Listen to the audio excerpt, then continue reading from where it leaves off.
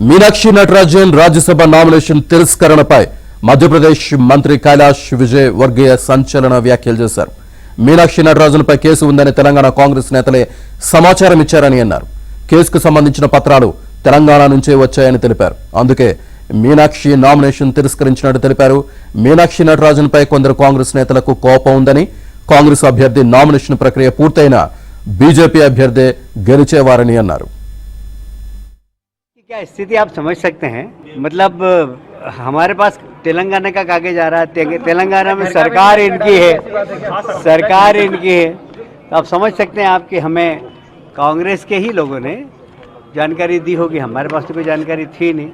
तो कांग्रेस की ये स्थिति है, ये भले बेंगलोर ले जाएं या लंदन ले जाएं, चुनाव हम जीतते क्योंकि सभी देश की जनता को मोदी जी पे विश्वास.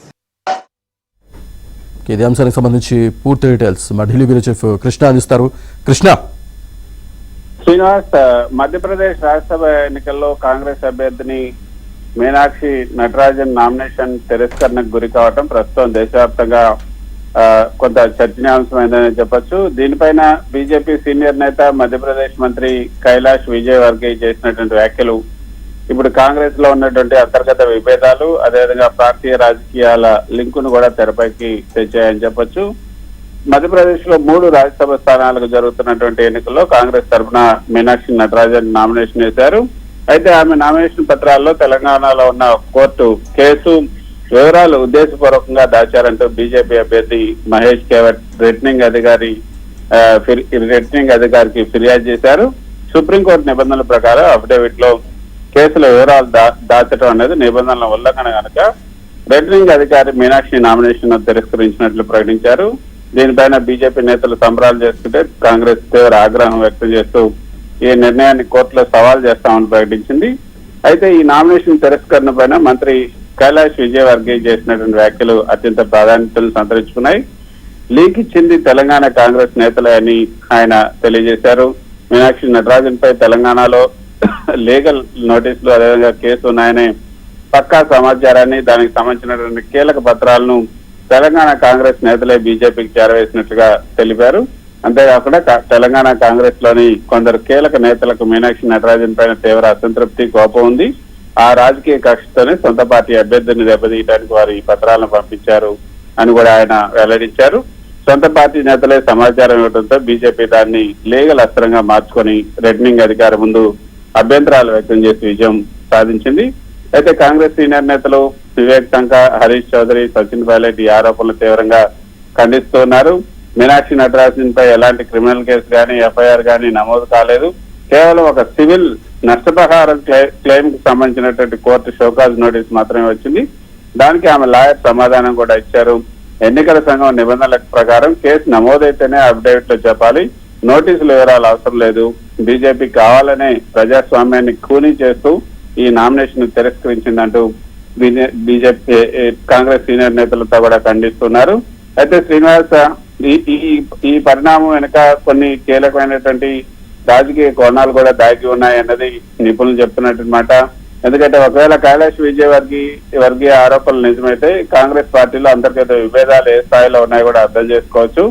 కేంద్ర స్థాయిలో లేకపోతే ఇతర రాష్ట్రాల వ్యవహారాల్లో మీనాక్షి నటరాజన్ తీసుకున్నటువంటి కొన్ని నిర్ణయాలు తెలంగాణ కాంగ్రెస్ నేతలకు నచ్చకపోవటం వలన, లేకపోతే ఈ గ్రూప్ రాజకీయాల వలన ఈ సమాచారం లీక్ అయి ఉండొచ్చనే అనుమానాలు అయితే బలపడుతున్నాయి. మధ్యప్రదేశ్ లో 3 స్థానాలకు గాను బీజేపీకి ఉన్నటువంటి సంఖ్యాబలం 164 మంది ఎమ్మెల్యేల ప్రకారం 2 స్థానాలు సులభంగా గెలుచుకుంటుంది. 3వ స్థానానికి బీజేపీ మహేష్ కేవట్ ని నిలబెట్టింది.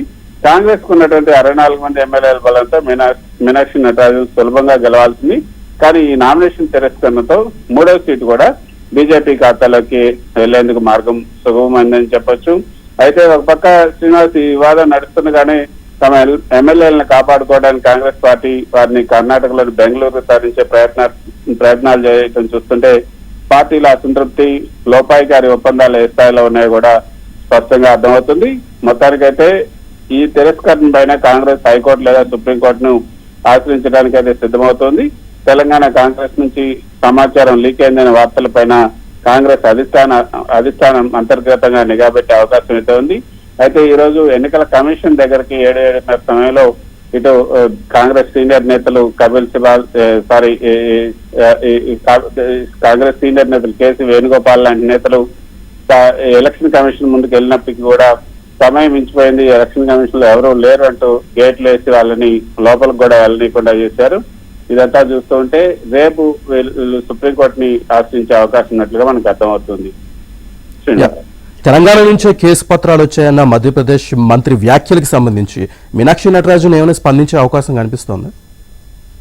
మీనాక్షి నటరాజన్ అయితే ఇప్పటి వరకు ఏమి స్పందించలేదు. ఆమె ప్రస్తుతానికైతే ఒకటే ఒక మాట చెప్తున్నారు, తన పైన ఎటువంటి కేసులు లేవు, కాకపోతే ఈ కేసు కూడా ఈ కేసు ఇప్పుడు చెప్పాల్సినటువంటి అవసరం లేదు, దానికి సంబంధించి కేసు నమోదైతేనే అఫిడవిట్ తో చెప్పాలి కానీ ఎఫ్ఐఆర్ నమోదైనంత మాత్రాన లేకపోతే ఇటువంటి చిన్న చిన్న విషయాల్ని చేయాల్సినటువంటి అవసరం లేదు. అయితే గతంలో ఏదైతే క్రిమినల్ కేసు కానీ ఎఫ్ఐఆర్ కానీ ఇప్పటి వరకు కూడా తనపైన నమోదు కాలేదు.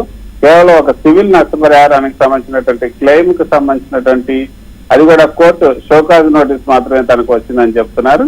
దీనికి సంబంధించి ఆమె కూడా పెద్ద సమాచారం ఉన్నట్లుగా తెలియలేదు. అయితే ఇది ఏ విధంగా వచ్చింది, ఎట్లా వచ్చింది అన్న దానిపైన ప్రస్తుతానికైతే ఆమె స్పందించడం లేదు. కానీ ఈ వ్యవహారం మాత్రం కాంగ్రెస్ చాలా సీరియస్ గానే తీసుకుంది. మరి సుప్రీంకోర్టు కనుక రేపు వెళ్తే సుప్రీంకోర్టు ఏం చెప్తుంది, ఎందుకంటే ఇప్పుడు ఈ సుప్రీంకోర్టు గతంలో ఇచ్చినటువంటి గైడ్ లైన్స్ మార్గదర్శకాల నేపథ్యంలోనే ఈ కేసును ఈ యొక్క మీనాక్షి నటరాజన్ ఈ అప్లికేషన్ ను కొట్టివేస్తున్నట్లుగా చెప్పడం జరుగుతుంది రిటర్నింగ్ అధికారి. మరి సొంత గతంలో ఇచ్చినటువంటి తీర్పుల్ని సుప్రీంకోర్టు ఇప్పుడు కాంట్రాడిక్ట్ చేస్తుందా, లేకపోతే ఈ కేసును అంటే గతంలో మనం చూసిన చాలా కేసుల్లో కూడా రిటర్నింగ్ అధికారి రిజెక్ట్ చేసినా కూడా వాటిని మళ్ళీ సుప్రీంకోర్టు యొక్క జోక్యంతో మళ్ళీ అంగీకరించినటువంటి పరిస్థితులు చాలా ఉన్నాయి.